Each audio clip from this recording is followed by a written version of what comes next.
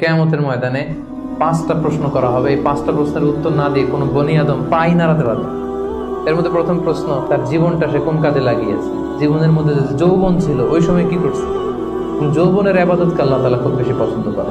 আপনাদের এই বয়সের অফিসে খুব ব্যস্ততা, এরপরেও যে একটু কষ্ট করে নামাজটা পড়েন, হ্যাঁ, এরপরেও যে জামাতে আসেন, এরপরেও আপনি সুন্নাহ মোতাবেক চলতে যাচ্ছেন, দাঁড়িয়ে রাখছেন, এটা অনেক বড় ইবাদত।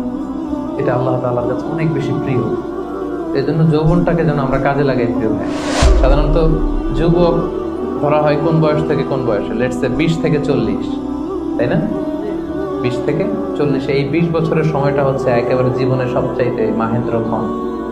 এত শক্তি, সম্ভাবনা, টকবগে যুবকদের মধ্যে আল্লাহ অনেক প্রাণ শক্তি দিয়েছে। এরা বিপ্লব ঘটায় ফেলতে পারে, এরা সময়ের গতি স্রোতকে পাল্টে দেয়, সাগরের স্রোতকে উল্টে দেয়, এরা বিপ্লব করে ফেলে, ইতিহাস রচনা করে, ঠিক কিনা? এই জন্য যৌবনের এই সময়টা প্রিয় ভাইরা অনেক দামি। এটা বেশি দিন থাকবে না। রং ধরা যৌবন জং ধরে নাই, শেষ। এ দেখতে দেখতে ছোট্ট কিশোর হয়ে পৃথিবীতে এসেছিলেন, শিশু ছিলেন, কিশোর, তারপর এখন যুবক। কিছুদিন পরে বিয়ে করে থাকলে দেখবেন যে আল্লাহ ঘরে মেহমান পাঠিয়ে দিলে বাবা হয়ে গেছে। কিছুদিন পরে মেয়েটারে বিয়ে দিলে এরপর কি হয়ে যাবেন? শ্বশুর হয়ে যাবেন, এরপরে নানা হয়ে যাবেন, দাদা হয়ে যাবেন। এই তো জীবন, this is the circle of life. রং ধরা যৌবন জং ধরে শেষ, এটা থাকে না খুব বেশি দিন। এই জন্য এই যৌবনের এই সময়টাকে যারা আল্লাহর ইবাদতে তারা কাটিয়েছে, তাদেরকে আল্লাহ তাআলা আরশের নিচে ছায়া দিবেন। নাশা ফি ইবাদাতিল্লাহ। যৌবনের ইবাদতকে আল্লাহ তাআলা খুব বেশি পছন্দ করেন। ইবাদতটা অনেক ব্রড সেন্সে যদি আপনি চিন্তা করেন, অনেকে মনে করে যে শুধু নামাজ পড়া, শুধু রোজা রাখা, শুধু জিকির করা এটাই ইবাদত। আসলে ব্যাপারটা কিন্তু এমন নয়। মানব কল্যাণে আপনি যাই করেন, আল্লাহ তাআলার আদেশ পালনে আপনি যাই করেন, সবটাই ইবাদত, ঠিক কিনা? আপনি যদি রক্ত দেন, মুমূর্ষ রোগীকে বাঁচাতে রক্তের প্রয়োজন হয় না? আপনি যদি তাকে বাঁচাতে রক্ত দেন, এটাও ইবাদত। আপনি পরিবেশকে সুন্দর রাখার জন্য গাছ লাগালেন, এটাও ইবাদত। আপনি একজন মানুষ বিপদে পড়েছে, it doesn't know what to do, আপনি তাকে কনসালটেশন করলেন, কিছু সুন্দর পরামর্শ দিলেন, গাইড করলেন যে এইটা ভুল, এইভাবে করো, এই যে আপনি টাইম ব্যয় করলেন, কনসালটেশন দিলেন, এটা ইবাদত। অনেকে মনে করে যে শুধু তাসবিহ, জিকির, কোরআন তেলাওয়াত এগুলোই মনে হয় ইবাদত। না, যে পথেই আল্লাহর সন্তুষ্টি, যে কাজ করলে আল্লাহ তাআলা সন্তুষ্ট হন, এই সবগুলো কাজই কিন্তু ইবাদত।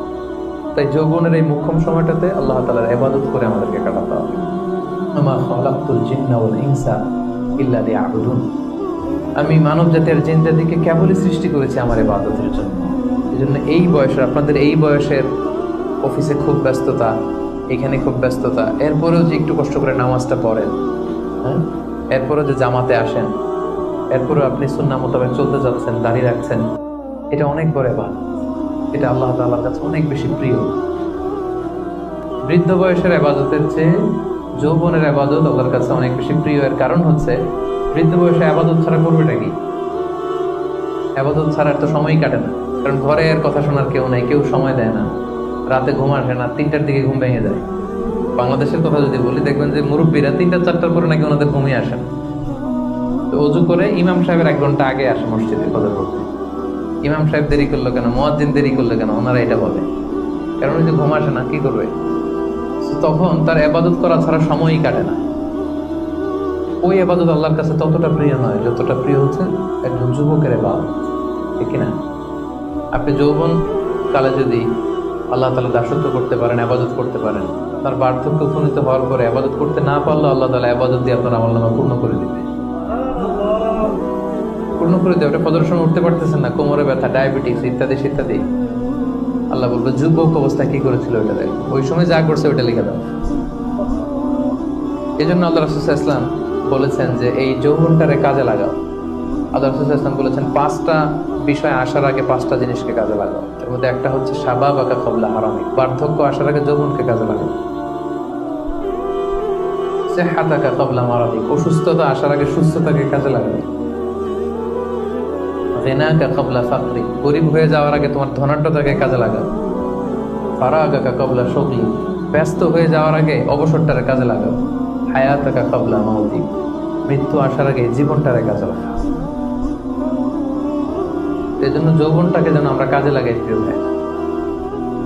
এবং কিয়ামতের ময়দানে 5টা প্রশ্ন করা হবে। এই 5টা প্রশ্নের উত্তর না দিয়ে কোনো বনি আদম পাই নাড়াতে পারবে না, পা নাড়াতে পারবে না। এর মধ্যে প্রথম প্রশ্ন, আন হায়াতিহি ফিমা আফনা, তার জীবনটা সে কোন কাজে লাগিয়েছে। ও আন শাবাবিহি ফিমা আবলা, জীবনের মধ্যে যে যৌবন ছিল ওই সময় কি করছে। সে কি ইসলামের বিরুদ্ধে তার কাজ করেছে? হারাম কাজগুলোতে সময় ব্যয় করেছে? হারাম ব্যবসা করেছে? হারামের সাথে সম্পৃক্ত ছিল? ইসলাম বিরোধী গোষ্ঠীর সাথে সম্পৃক্ত ছিল? আপনাকে জিজ্ঞেস করা হবে যে যৌবনের সময়টা আপনি কি কাজে লাগিয়েছেন, নাকি ইসলামের পক্ষে ছিল, যা করেছে ইসলামের পক্ষে কাজে লেগেছে। সম্পদ কোত্থেকে উপার্জন করেছে, কোথায় ব্যয় করেছে, যতটুকু জেনেছে ততটুকু মেনেছে কিনা। এই 5টা প্রশ্নের উত্তর দেওয়ার আগে বনি আদম কিয়ামতের ময়দানে পাই নাড়াতে পারবে। এই জন্য দ্বিতীয় শ্রেণী হচ্ছে ওয়াশাবুন নাশাআ ফি ইবাদাতিল্লাহ, এমন যুবক যে তার যৌবনকে আল্লাহর ইবাদতে কাজে লাগিয়েছে। এজন্য যৌবনটাকে যেন আমরা কাজে লাগাই। মনে থাকবে সবার, সবাই কিন্তু আপনারা যুবক, এই সময়টা পাবো না, আমরা মিস করবো কিছুদিন পরে।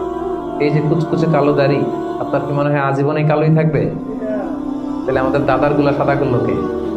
নানার গুলা সাদা করলো কে? ওই বয়সে যাওয়ার পরে এই কুচকুচে দাড়ি, কালো চুল, এগুলো কি হয়ে যাবে? সাদা হয়ে যাবে। এটাই জীবন। তো সময়টাকে যেন আমরা কাজে লাগাই। আমরা যেন অন টাইমে জামাতের সাথে সালাদগুলো যেন আদায় করি, কোনো হারাম কাজের সাথে যেন আমরা সম্পৃক্ত না হই।